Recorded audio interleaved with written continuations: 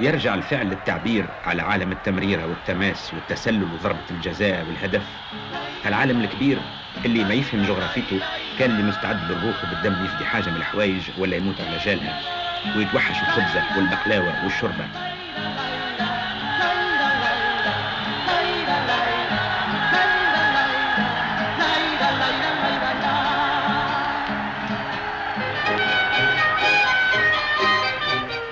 عالم الكرة ماهوش مقسم لا الولايات ولا المعتمديات ولا الحدود، لكن إلى ألوان وسامي أندية وملاعبية ومدربين وانصار.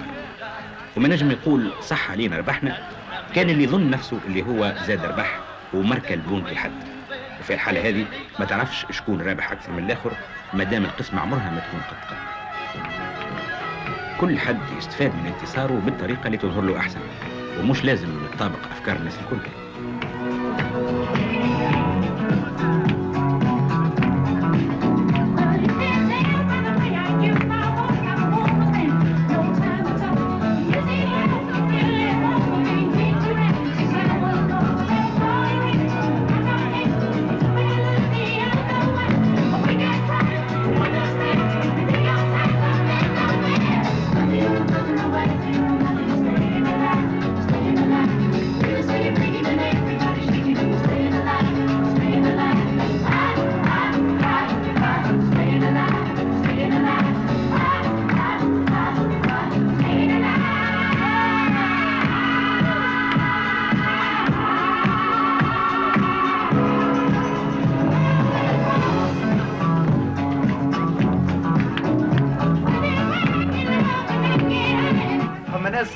يلقاو الويسكي نتاعهم ويلقاو شيخاتهم في اي مناسبه تربح في القوم ولا ما يربحش يلقاو المناسبه نتاعهم باش يضحكوا ويعيشوا. وفما ناس من الشعب ما يلقاو كل المناسبه هذيك باش يفرحوا مليح وباش يضحكوا مليح وباش يلقاو شويه زهو. هذاك هو اللي ناكد ديما نقول بالعبيه. فما ناس من تونس لقاو الزهو كان بانتصار في القوم. الارجنتين زاد ناويين يربحوا واللي يحبوا يربحوا بخلاف الكره هو الاعتراف بهم وبحكومتهم وبسياستهم، واللي برشا ناس مش قابلينها وما يحبوش يشاركوا في كاس العالم. احنا يمشي نلعبوا بالارجنتين، احنا السياسه هذه ما نعرفوهاش كلاعبين كره قدم. احنا السياسه ما نعرفوهاش. كيف تبدا بلاد العباد نتاعها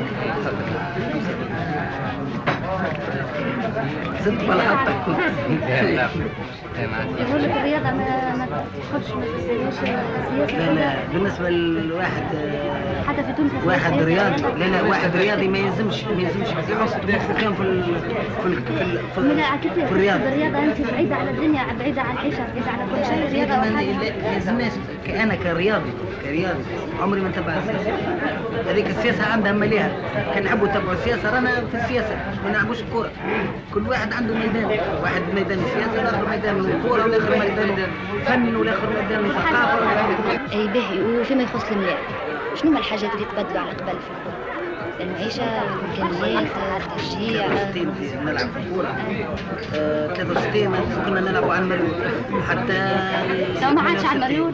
تو لا يلعبوا على الورق. وانت على الورق. الورق كل فلوس. اي واش تعملوا بهم الفلوس؟ واش نعملوا بهم؟ نقول لك حاجة. يباهي كل واحد في الورق كيف. مش باهي. الملاعب اللي يكون الملاعب باهي واحد هو اللي ياخذ كل شيء. وكل لاعبينك اللي معاه الصغار المسؤولين ما يشجعوهمش، مش ما يشجعوهمش، ما يحبوش يسنسوهم. كيبدا ملاعب قوي. هما سنسوا الملاعبيه محسوب كل يلعبوا على فما تمايز في الدنيا هذه كل تمايز. فما ملاعبيه ياخذوا خير من ملاعبيه فرد جمعيه ويلعبوا فرد ماتش. شكون اللي مازال يلعب الكره؟ السبور هو بيدو شكون مازال يلعب؟ الناس كلها اللي تلعب على الورق. هو سيدك قال لك فما مش على الورق، على الورق فلوس. قال لك سيدك تو فما تمييز من اللاعبيه اللي معناتها ياخذوا اكثر فلوس وفما اللي ياخذوا اقل فلوس. راهو مش الجمعيه تعطي فرد فلوس من اللي يلعب بكدا وحتى الاخر كلهم فرد فلوس ياخذوا. باغ فريق ياخذوا 20 دينار الكلهم ياخذوا 20 دينار. اما فما دي سبونتان فما احباء هما اللي يعطيو هما اللي يعطيو كل واحد عنده اللاعب نتاعو الممتاز معناتها. ايوا واش تعملوا بهم؟ على المستقبل نتاعهم. مالا ما يخبي نتاعكم قصيره انتم. يخبي يلقى تخرج تلقى ما تغطى. اسمع شبيه هذه مثال. كل حال يظهر لي ديما ثم فايده، واذا مش في المريول في الورق. وإذا مش في الورق في الأنصار والمعارف ولا في الشهرة. وللآن ما دخلتش الشهرة نتاعي والمعارف اللي عرفتها في أموري ولا في أمور عائلتي ولا في أموري هذه. حتى كي اللي نوفى خدمتي زاد من الكورة بعد حتى 10 ولا 20 سنة عمري ما دخلت ولا عملت على الشيء هذا. فما حوايج نتاع ضحك، فما حوايج اللي يشوفوا اللاعب يصافح في رئيس الدولة وفي الوزير الأول بعض الأحيان يغلطوا يقول لك يجم يقضي كل شيء. فما اللي حاكم يحب يتغير من البقعة، فما اللي شيخ يحب يتسمى، فما اللي أستاذ ما نجحش يحب ينجح، فما التلميذ ما خذاش البكالوريا يحب ينجح. يعني يخسر له اللاعب اللي راهو في الصورة ولا في التلفزة هو يعني اللي يصح في المجلس الأمة. هذا هو شيء يغلط بعض الأحيان الشعب.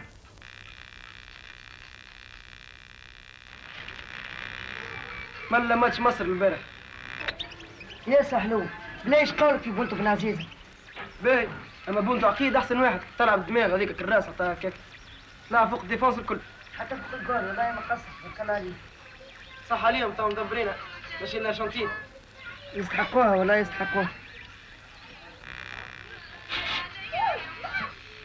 قال لك قدامي بعث لهم كل واحد مرسيدس جاو حلفوا يخافوا لقاو تلفزيون كله. جيت في بلاصتهم انا توا راهو فلوس وكراهب ماشي الارجنتين بلاش.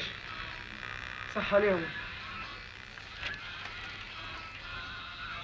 ايش يعمل هما هذاك البحر نتاعو؟ هاي يجمعوه. شنو اللي شنو؟ يعوم هات الماء. هات الماء خلينا. هكا تدخل الأسطورة في مرحلتها الثانية، تتربى وتعيش كل حد حسب وسائل معرفته واطلاعه. أولاد الشارع يتصنتوا من الشارع، واللي عنده زهر هو اللي يقرب أكثر من المصدر ويبعد على الوسطات ويلقى الشيء قدامه من غير تحريف.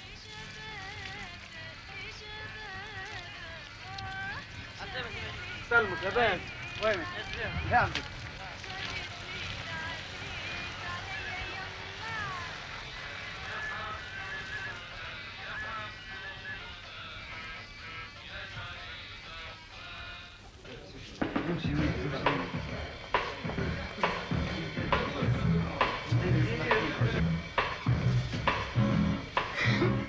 كل إنسان يعطي لنفسه الحجة باش يكون مالك الرعاية، والراعي يلزمه الرعية يظللها بعطفه وبحنانه، ومادام قبلت تكون من الرعية اللي يجي من الراعي مبروك.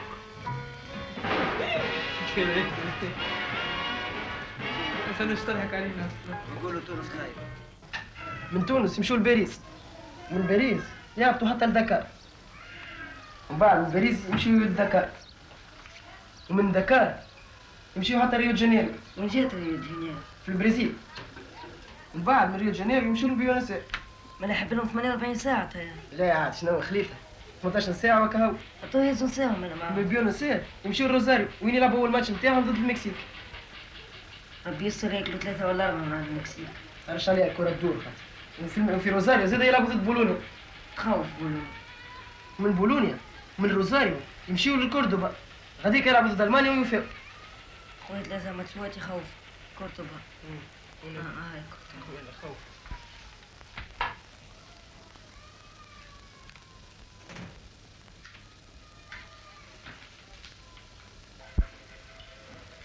قال لك عمرهم تحنيفة. عملوا لهم خساوي. الفيستا حمراء والسروال اخضر. يزي كلخ ياسر هذاك. نعرف انا الترزي صفاقسي صاحب ولد عمي عمل لهم فيستا زرقاء وسروال قليل. بالشعار بالله. اي بالشعار اللي صار مكتوب.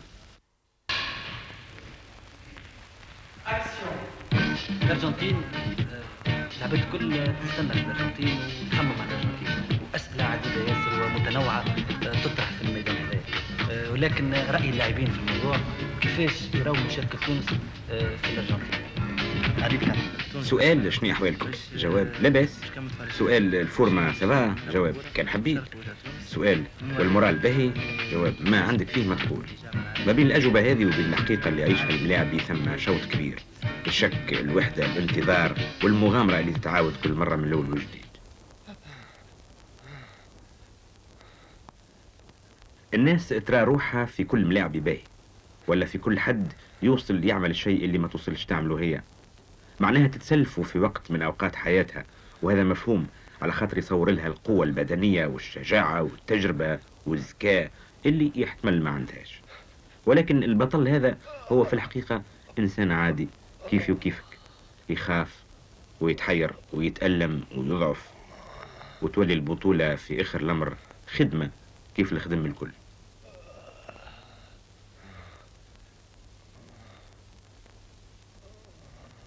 هذه الخطوات الأولى للأرجنتين اللي 1/5 فيها ما كانش يعرف تونس وين جات على الخريطة، وتونس في تمثيلها لأفريقيا تكون واصلة الثنية اللي بداتها مصر والمغرب والجزائر، مع الفرق الكبير أنه لأول مرة في أفريقيا ينجح أصغر مدرب من أهل البلاد يوصل فريقه لكأس العالم.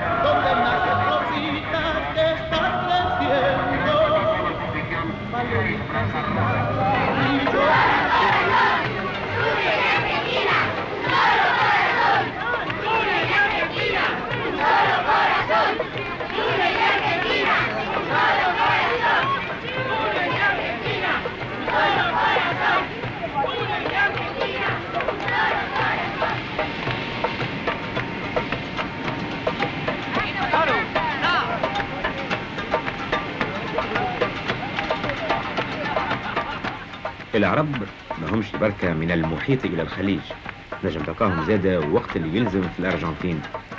واش أحسن من المناسبة هذه باش يظهروا عرب الأرجنتين اللي هم عرب.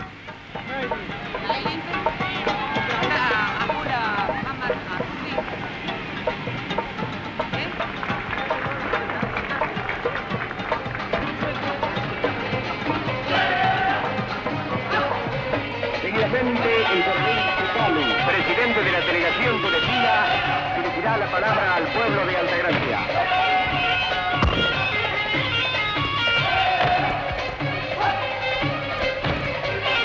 Con el aplauso del pueblo de Altagracia.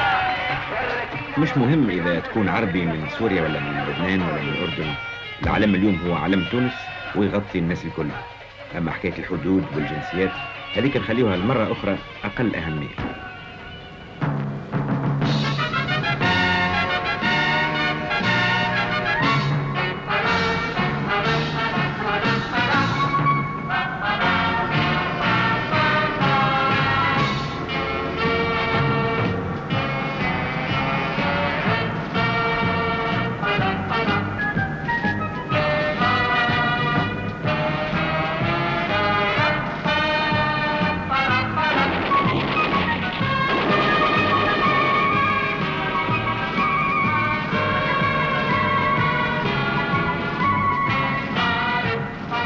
الوجوه هذه نعرفوها واستنسنا بها، وجوه متحيرة وتخمم وتحسب لكل شيء ألف حساب.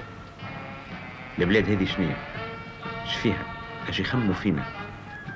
تقعش بعض الحاجة لو فرضنا واحد منا يمرض ولا ما يقومش بالواجب.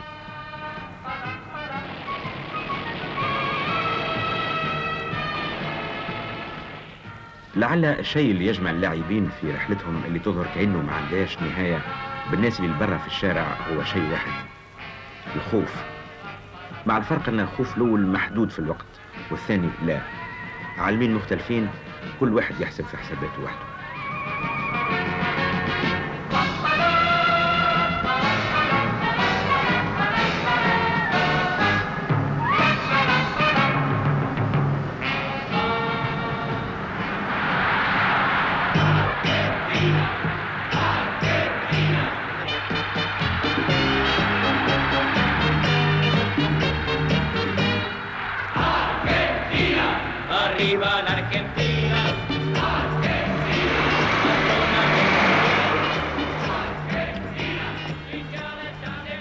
الأرجنتين بلاد فيها 26 مليون ساكن من أصول مختلفة، فيهم الإيرلندي والباسك والألماني والفرنساوي واللبناني والروسي والسبنيولي. الأرجنتين هي بلاد الأرقام القياسية، من التانجو الأحسن إنتاج لحوم. زيادة على الكرة يعشقوا السهريات الطويلة والموسيقى، وكانوا قبل الانقلاب عندهم أعلى نسبة مثقفين في العالم وأكثر أعداد الطبة متوزعين على السكان من أمريكا وألمانيا. شجاعة كبيرة كيف خرجوا الملاعبية يدوروا لأول مرة وآخر مرة في هيك 400 وحوانة وشوارع في البحث على هدية آخر ما يتبقى لهم من كل بلاد تذكرهم في الربح ولا في الخسارة. لازم خوفوهم وحكوا لهم حكايات مرعبة على هالبلاد، وقالوا لهم اللي في عامين برك منذ الانقلاب ضاعوا 20,000 على أهلهم هم ليهم، وتقتلوا 10,000 و8,000 مربوطين في الحبس. هاي الحمد لله اللي هم لاباس.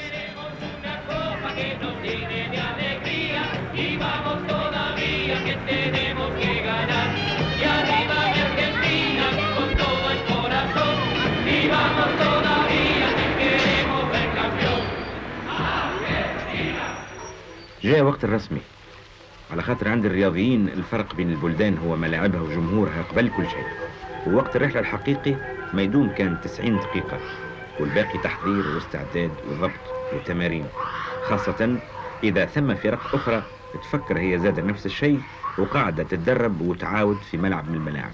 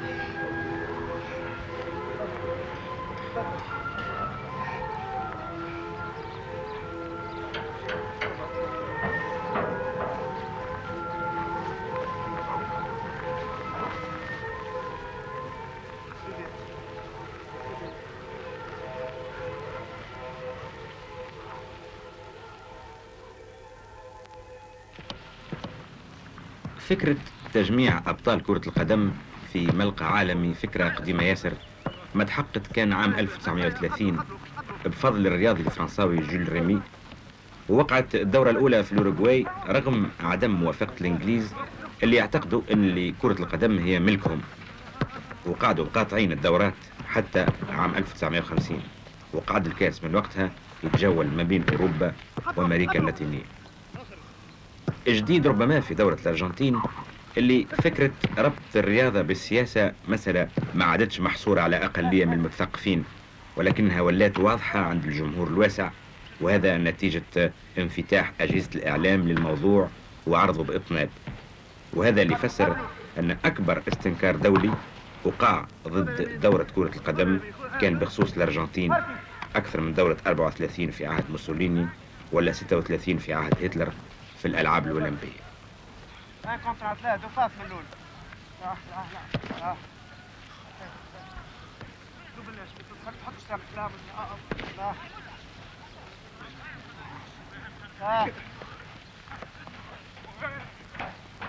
الكرة خذ الكرة كرة كرة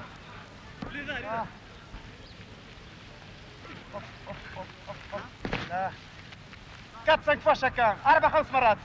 بربي علاش يقولوا في تونس الخوف يجري الجوف؟ مانيش طبيب.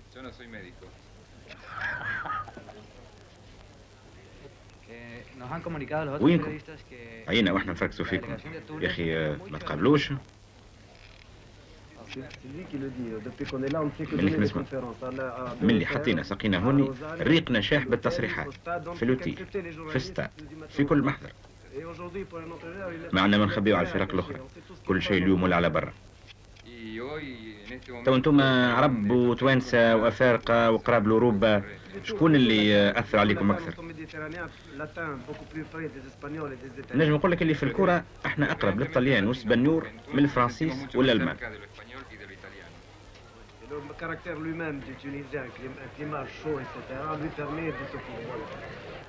ثم برشا بلدان جابت مونتها معاها، عملتوا كيفهم؟ جبتوا ماكلتكم شويه كسكسي ومحمصه وقديد؟ فاكل المزال.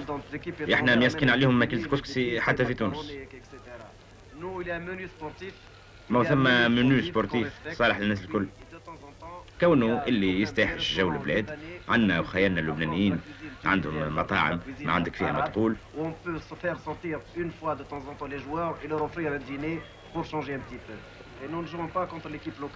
واحنا يا اخي مش نكون خايفين.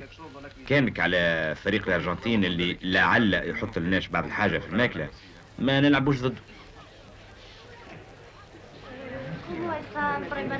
هذه جايتكم الاولى لكاس العالم، كيفاش قادمين عليه قدام فرق كبيره وقويه؟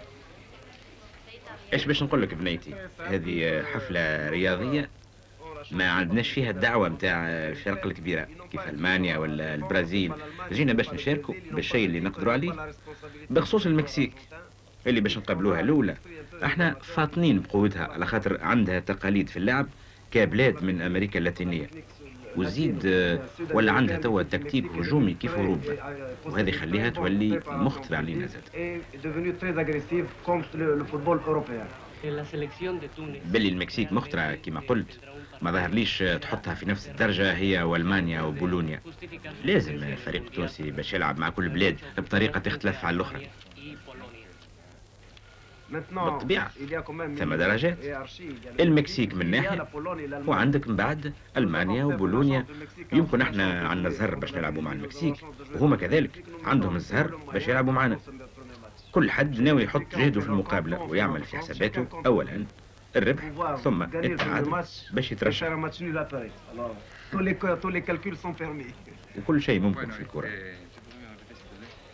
J'ai dit chacun a fait ses calculs. Le Mexique compte sur une victoire sur la Tunisie, un match nul à Paris pour se qualifier. La Tunisie aussi, tout est possible en football. بربي سامحني سي شتالي، عناصر فريقك تنجم تكمل بعد الدورة هذه ولا فوعة وتتعدى؟ ماهيش فوعة. احنا من اصغر الفرق بعد ايران، معدل العمر ما يفوتش 25 عام. القاعدين مازال عندهم ما يقولوا، والجدد الجايين اكثر من اللي ماشيين. ثم تخطيط وتحضير ودولاب كبير. En una palabra, yo recuerdo Argentina cuando volvía de un mundial con resultados negativos, aquí era un poco catastrófico. El pueblo de Túnez, el periódico... لو فرضنا تخسروا على طول الخط، ما تخافوش من صدمة كبيرة تقع على الشعب التونسي.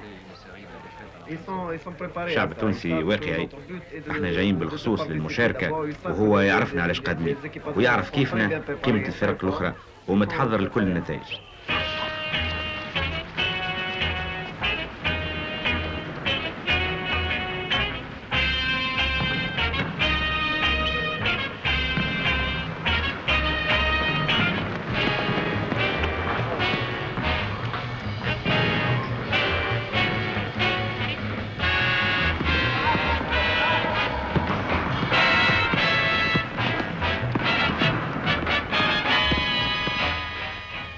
ما ظهرليش الفريق التونسي غلط في المقابلة وردها كرة السلة.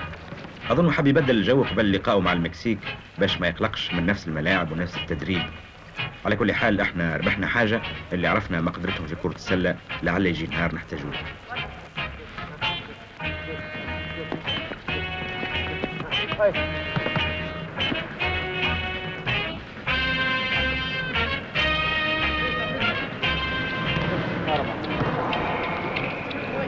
الشتالي في التدريب هو كيف رئيس الفرقة الموسيقية اللي ما يفوتوا شيء. يلزم يعرف قدرة كل ملاعب بحدوده، تحكمه في بدنه، سيطرته على نفسه، روحه الابتكارية، يعرف لشكون يعطي الفرصة في الوقت المناسب، ودخول النيلي للميدان أحسن دليل على ذلك. سر العمل الكبير اللي قام به الشتالي هو أنه ما صنعش لاعبين من عدم، بل عرف كيفاش يستغل جوانب القوة عند عناصر الفريق متاعه ويقلل من جوانب الضعف. كيف ما يقولوا، حط الراجل المناسب في المكان المناسب.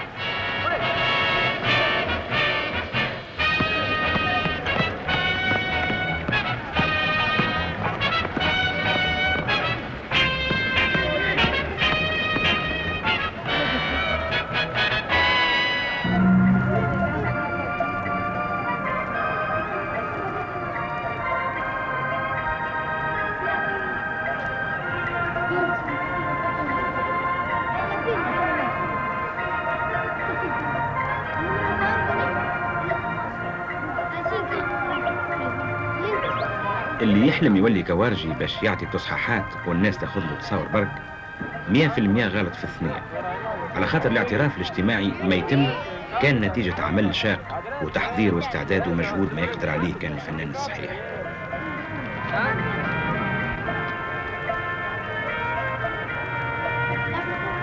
شنو تبيب اللاعبين الكل لاباس عليهم؟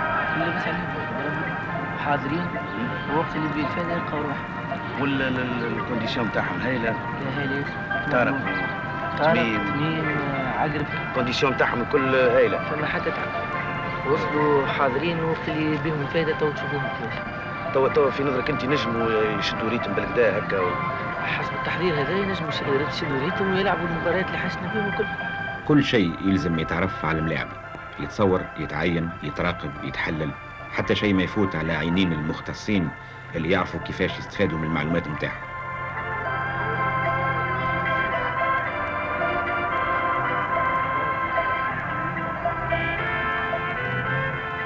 كل ملاعبيه معناها طارق الكل بغير استثناء، فما كلهم لاباس عليه. لا خاطر نشوف طارق هكا ماهوش في فورمه كبيره يظهر لي. لا ما يظهر لك هكاك ما وقت اللي بيه الحاجه تو تشوف واش يعمل طارق. تو شنو رايك طبيب؟ انا نحب نعرف حاجه. نعرف اللي الدخان في اصله هو يضرب الدم، وانا شفت بعض الملاعبيه يتكيفوا، ما نعرفش هذا ياثر فيهم ولا لا. طبعا ينجم ياثر فيهم، ولكن ايش تحب تعمل؟ هذوما ناس تكيفوا عندهم سنين، نجم تجي تمنحهم شنو نطلب منهم باش ينقصوا قدر المجهود. بقينا في التمارين ناخذوا نعملوا تمارين اكثر باش يتنفسوا مليح، مثلا الاكسجيناسيون اكثر. لكن انا شفت في بعض التمارين تلقى اللي مثلا يتكيفوا تلقاهم ما يشدوش كيف اللي ما يتكيفوش، الاخرين يشد ساعتين ونص تمرين قوي مليح هايل ويخرج فريش، بينما الاخر تلقاه هكا شويه. شو نقول لك عبد الحميد، هذاك اش عندك هذاك.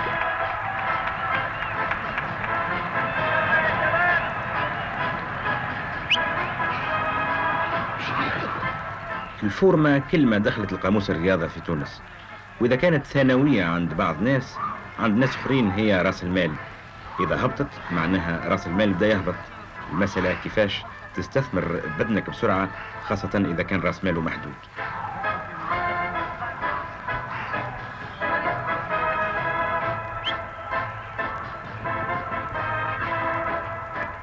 فريق المكسيك يستنى في طريقه، وما فيها باس إذا يعمل نظرة على الفورمة وطريقة اللعب نتاع الفريق التونسي. حتى الجوسة وتقييد الأحوال موجودين في الكرة. هكا علاش التوانسة ما حبوش يعطيوا وجه السوق وما يظهروش بالضبط طريقة لعب، شكون يعرف.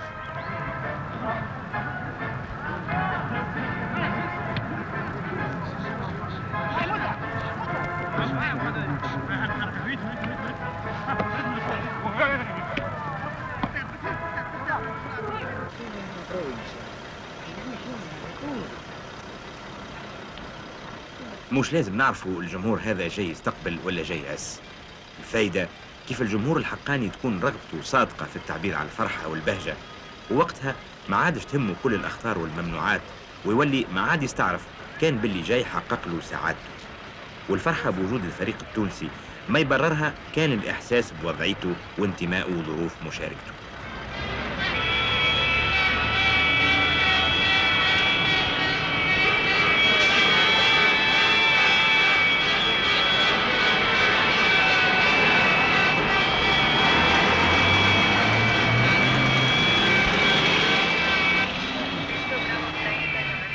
الشيء الرائع في كرة القدم وفي أي رياضة كانت أنه ما ثماش فيها تحايل ولا تدليس. قدرتك البدنية ومعرفتك بصنعتك هي اللي تخليك تكمل وتستمر، ونهارة اللي مقدرتك تنقص مجبور تخلي البقعة اللي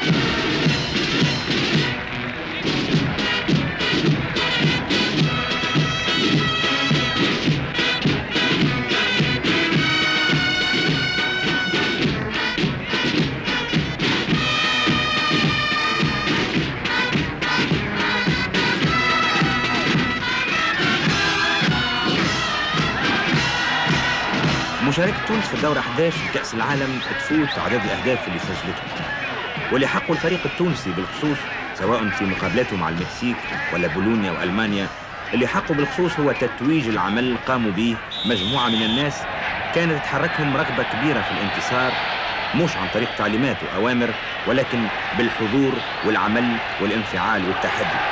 وهل ثم دليل أحسن من وقوفه اليوم قدام الفريق الألماني صاحب التجربة في كأس العالم بما أنه ترشح لها 8 مرات، بينما الفريق التونسي ما زال في ضيافته الأولى.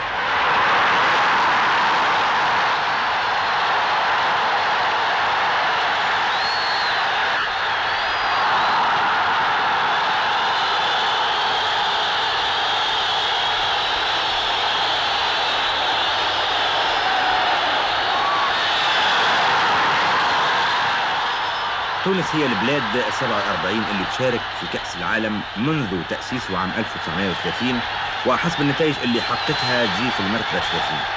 وبالنسبة للعديد من المعلقين تونس هي البلاد الوحيدة اللي قدمت في الدورة الأخيرة وجه جديد لكرة القدم وهو البهجة والحيوية. وتلاحظ إذاعة لندن أن البرازيليين جاوا بالكرة الراقصة والهولنديين بالكرة الشاملة، بينما التوانسة قدموا نوع جديد من الكرة وهو الكرة المرحة. وبعد مقابلة تونس وألمانيا كان تعليق جريدة ألمانية بهالعنوان: تونس تغلب ألمانيا الغربية من غير أهداف. ونفس الاتجاه اخذته مجلة المونديال الفرنسوية اللي أكدت أن الفريق الألماني عمره ما خاف في مقابلاته في كأس العالم كيف ما خاف في لقائه مع تونس. كانت من وكالة الأنباء الليبية، فظهر لها اللي خسارة تونس أمام بولونيا 1-0 تعتبر انتصار كبير للكرة العربية والتونسية والإفريقية.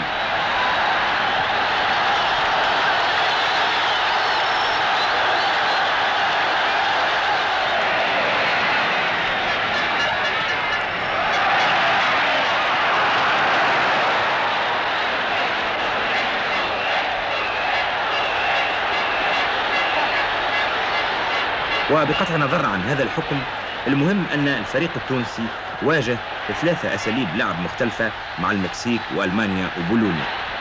وما نساوش أن بولونيا هي صاحبة المرتبة الثالثة في مباريات كأس العالم عام 1974.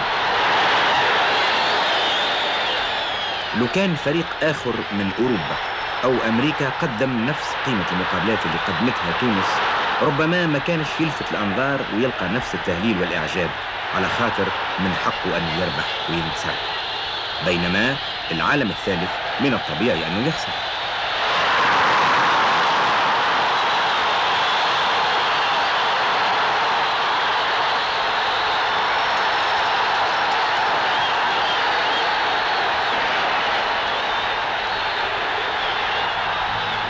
الفريق التونسي قلب هالآية أو هالمعادلة، وهذا دليل اللي العالم الثالث أو العالم اللي ما عندوش الحظ إذا كان ما ربحش 100% فهو عنده العزيمة أنه يربح أو ينتصر في جميع البوادر اللي يقوم بها، ومش لازم في الكرة بقى. الربح في البلدان المتقدمة يدل على معاني الكمال في البشر والتنظيم والإمكانيات، بينما اللي يربح في العالم الثالث ويتفوق هو الإنسان لأنه شد صحيح رغم العراقيل والتحديات، لا سيما وأن الانتصار يتكلف له أغلى من غيره لأنه مش دائما يملك أدوات هذا الانتصار.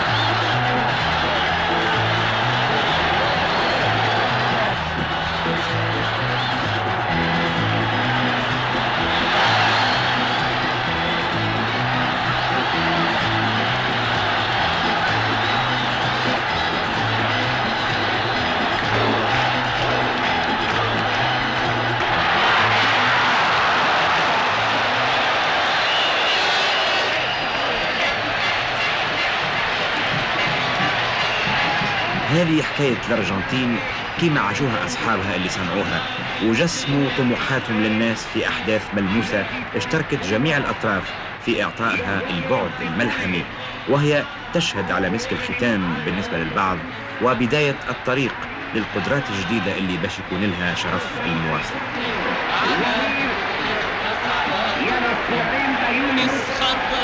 والخطرها رب البكرة ومنورها تونس خضراء والخطرها رب البكرة ومنورها تونس خضراء والخطرها رب البكرة ومنورها تونس خضراء والخطرها رب البكرة ومنورها بإخوان ومرا قصدناهم كرامة شعراء ووجدناهم كيف في البحرين يا صلاة الزين على الأمراء صلاة الزين على